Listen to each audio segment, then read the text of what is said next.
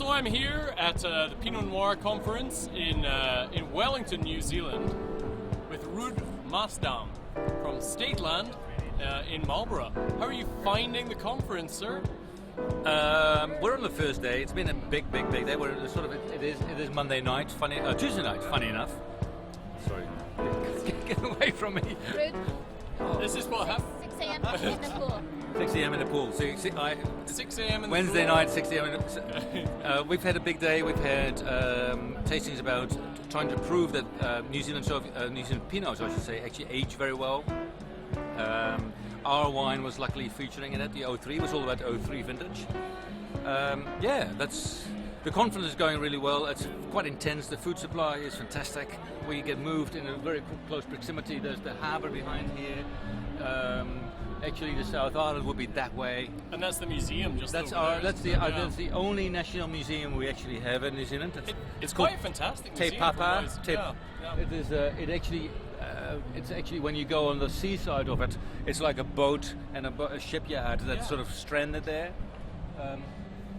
I think this is organised every third year. This is only the fourth time that New Zealand does this.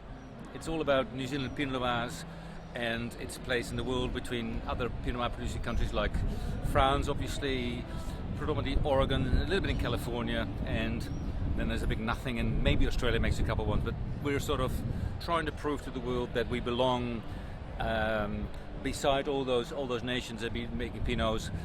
If you give us a bit of time, then the average vine age of New Zealand Pinots is coming all. If every vineyard in New Zealand Pinot Noir wise would be beyond 10 years, then that sort of stigma of young and just brewy, fruity stuff is going to be away from us.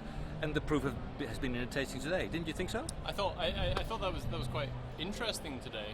I thought people were being very, very complimentary about the wines. Yeah. Because I think we were looking at wines that were 7 years old, and winemaking has improved so much within those 7 years within New Zealand, much more so than perhaps anywhere else in the world, as far as I'm concerned. Well, what is important with us is that we've only started this Pinot Noir making in 1985-ish, say.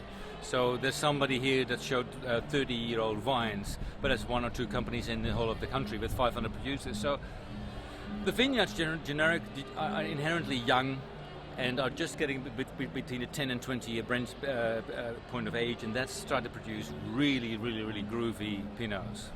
Now, if the wind is really bad in here, because I don't have a wind baffle on the microphone, we're going to be meeting in a few days' time down in Marlborough, so we can catch up there, because I wouldn't mind some shots of your vineyard. Perhaps we can speak about your own project as we get down there. How does that sound? Let's do that. Excellent. Thank you very much, sir.